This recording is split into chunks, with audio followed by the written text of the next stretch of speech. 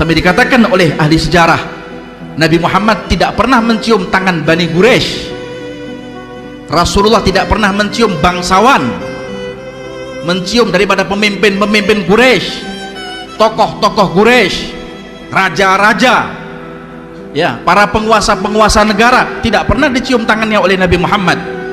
Justru Rasulullah SAW pernah mencium tangan seorang kuli bangunan sambil mengatakan, ini adalah tangan yang tidak akan tersentuh dengan api neraka Allah Ta'ala. Selesai daripada peperangan Tabuk, Rasulullah berjalan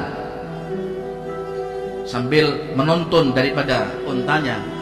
Tatkala dari kejauhan Nabi Muhammad SAW melihat ada seorang bapak, ada seorang kuli bangunan yang lagi mengangkat martilnya, dan dia kemudian memecahkan daripada batu tersebut dengan martilnya.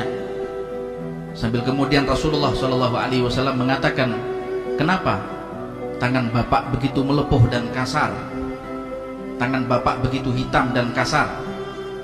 Dikatakan oleh si kuli bangunan tersebut, ya Rasulullah, maafkan tanganku yang kasar ini, karena inilah aku menghidupi keluargaku, istriku dan anak-anakku. Setiap hari aku mencari nafkah dengan menjual pecahan batu-batu gunung ini untuk aku jual ke pasar, yang hasilnya untuk aku berikan nafkah makanan untuk istriku dan anak-anakku yang ada di rumah sana. Maka kemudian Rasulullah mengambil tangan sang bapak tadi itu dan menciumnya.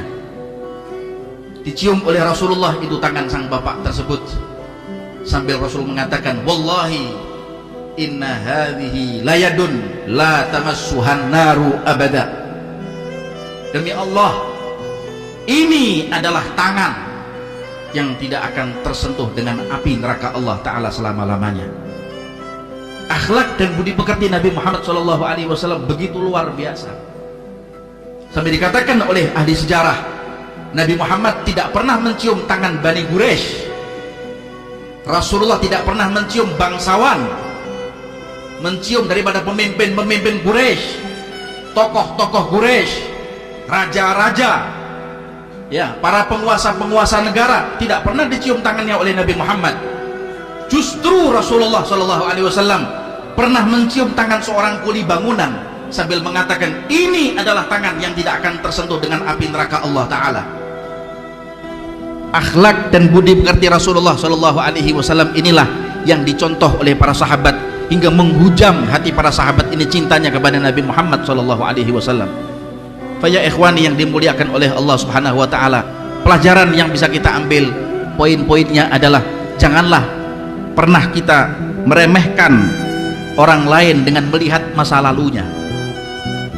Karena ketahuilah bahwa orang yang pernah berniat ingin membunuh Rasulullah, berniat ingin membunuh Rasulullah, tatkala dia wafat dan meninggal dunia, maka kemudian sahabat tadi ini yang sebelumnya dia masih menjadi kafir, setelah dia masuk Islam menjadi sahabat besar Rasulullah, dia terbaring di sisi sebelahnya Rasulullah ketika wafatnya. Siapa itu? Sayyidina Umar ibn al-Khattab radhiyallahu anhu wa ardhah. Jangan pernah kita melihat seseorang dari masa lalunya, karena tatkala ada seorang laki-laki yang dahulunya dengan menghunuskan pedangnya untuk memerangi agama Allah Ta'ala, tatkala dia menjadi seorang sahabat Rasulullah, pedangnya menjadi Saifullah.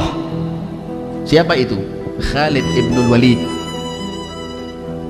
Jangan pernah Anda melihat daripada harta dan status seseorang karena dilihat daripada rupanya yang kurang menawan.